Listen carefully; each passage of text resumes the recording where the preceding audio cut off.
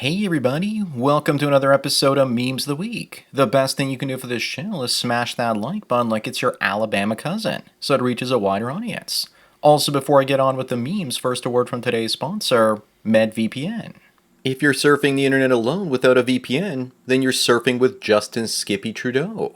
I use MedVPN to hide my location from the Canadian government, to keep my freedom of speech as well as to sail the high seas and download movies and TV shows without potentially getting sued by lawyers. MetVPN offers unlimited data traffic, no logs, a kill switch in case your VPN temporarily goes offline, and it's only $2.45 a month on a 24-month plan. Keep your online activities private and free. Sponsor link is down below. And now on with the memes. Number one, lesbians are being pressured to have sex with trans women, even though they don't want to. I've said before that if you're an incel, you can become a trans woman and get a girlfriend. And women are giving in, because they're worried about trans women having the bigger victim card and using it against them. They're also afraid to speak out. Here's what it's like when a trans woman shows up on a lesbian dating app. Up next, Lady Gaga is in shock at the poor reaction to Joker 2, and her team was scrambling to distract everyone from that flop. Why didn't they see it coming? Well, because they don't seem to understand that woke isn't popular anymore. If we wanted to be preached to instead of being entertained, then we would simply go to a church. They had no focus groups and no test screenings to get ordinary people's opinions. They don't seem to care about those anymore. She hasn't aged well either. She's starting to look like Madonna even though she only has half the mileage. Number 3, this woman is crying out on camera because she had to leave her partner because they didn't support her coming out as polyamorous. She's really upset because she wants to bang other dudes and he's not okay with that, and left her. Either that or he caught her cheating and that's when she said that she was polyamorous, to make herself look like the victim. They always cry when they're caught cheating.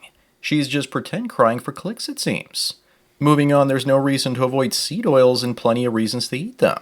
Yes, people, it's easy to eat poison. Heart disease goes up due to inflammation, and seed oils are notorious for causing that. Here's the difference between the real stuff and seed oils. In the 1950s, they used to say it was good to smoke too.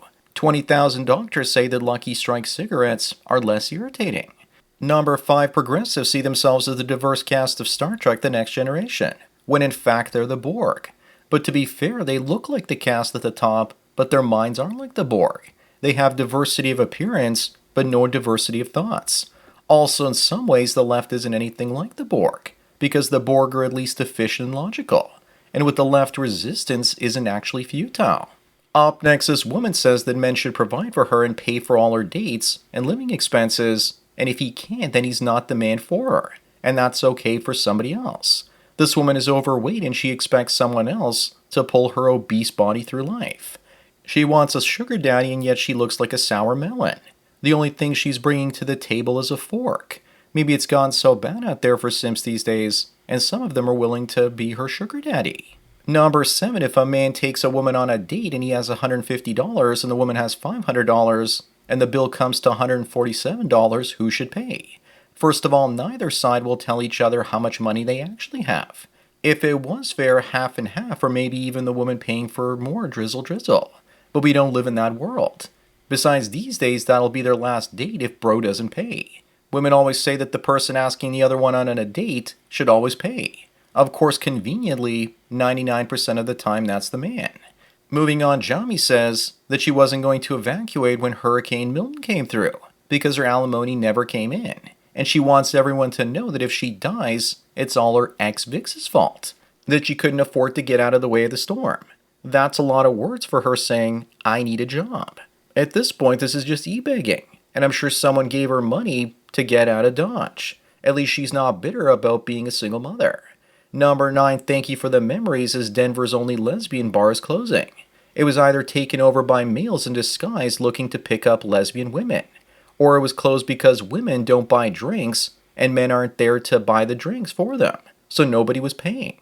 I also wonder how many fights happened there. Probably a lot of cops called for domestics. Maybe they also lost their liquor license. Up next, Velma was cancelled after 2 seasons. But how did this monstrosity even get a second season to begin with? The fact that they tried to make this show about racism was just awful. It was never about making money. It was always about destroying the nostalgic memory of Scooby-Doo for fans of the original. They don't even want us to escape into our own memories of the past. That's what this is really about. Number 11 is an old story about a woman that tried to pour a toxic substance on her ex's face to burn him, but the wind blew back and it burned hers. I don't think it was the wind. It was probably God blowing it back in her pretty little face. Even nature was on Bro's side. I bet she won't be trying that ever again. At least she now has a cool story as to why she looks like two-faced Harvey Dent. And here I thought that pissing in the wind was a bad idea. Moving on is a woman sharing her unpopular opinion that she's not at all concerned about innocent men losing their jobs over false sexual harassment allegations. Is anyone really surprised that women hate men this much? Here's a popular opinion: this woman is a moron. Also, I wish that her opinion was actually unpopular, but it is a popular opinion because women don't really care about men. I hope this comes back to haunt her. Number 13, this woman spent 3 years gaining her boyfriend's trust after cheating on him. But what she really needed to do was forgive herself. So she's the victim after cheating on him. This is how far women are willing to go to avoid accountability. After she forgave herself, I guarantee that she left him. I guess it never occurred to her to not cheat. Like my dad used to tell me, watch for flying saucers as well as skanks. Up next, someone says that young men need to be socialized in such a way to think that grape is as unthinkable as cannibalism. This is already the case. Maybe the person writing this needs to move out of their diverse neighborhood that's full of grapists.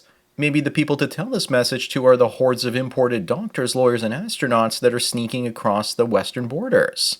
Number 15 is the difference between rappers in 2004 and rappers today. The feminization of soy society continues unabated. Before the whole Diddy case, most of us probably thought that rappers were masculine men from the streets. And now I realize that many were just smashing other men in the bed sheets. But these two pictures look like a picture of a rapper before going to a Diddy freak-off party and then after the party. Moving on, the War Room Archives mentions that a Mexican man lost his head in office only after 6 days. In response, Taylor Hill says that her backshot videos are available on Lonely Fools. Women's desperation for attention and money continues unabated. We could find ourselves in a nuclear holocaust and the hose would keep on hoeing. Here this one is sharing a headshot and a backshot at the same time. Seeing this makes me believe more and more in the dead internet theory. Number 17, here's how gender studies was done back in the 1980s. No clothes on anybody. Sickening. Some people used the JCPenney's catalog, or even seeing random women on television fully covered up was enough to bust nuts. Or late-grade movies on City TV in Toronto. The baby blue movies especially. I wasn't lucky enough to get a Playboy magazine, so I used to check out the National Geographic magazines from school, and would try and get my hands on the issues focusing on primitive Amazon tribes. Up next, 25 years ago, LL Cool J became the first black man in horror movie history to survive the whole movie. The ending is a MGTOW classic. Two guys get away from the sharks and the skanks and save the world. It's a damn shame they ate his bird, though. But LL's terrible acting ironically made the movie worth watching, so they had no choice but to keep him in it. But apparently this is a lie because David Keith from The Thing in 1992 would like to have a word. Number 19, is anyone surprised that Al Pacino, aged 84, split from his 30-year-old girlfriend after they had their son last year? I guess she said hello to his little friend and then left him. Imagine being a 30-year-old woman being dumped by an 84-year-old man. He probably thought to himself, I got another kid and now it's time for a newer model. But you just know that the child support checks are incoming. She's got her gold-plated baby. Job well done. Moving on, here's the difference for men and women when a relationship ends. I don't really know what this means. Will someone please fill me in? But I thought that men don't buy tissue paper. That's a woman thing, so this doesn't actually exist. But we all know what really happens at the end of a relationship.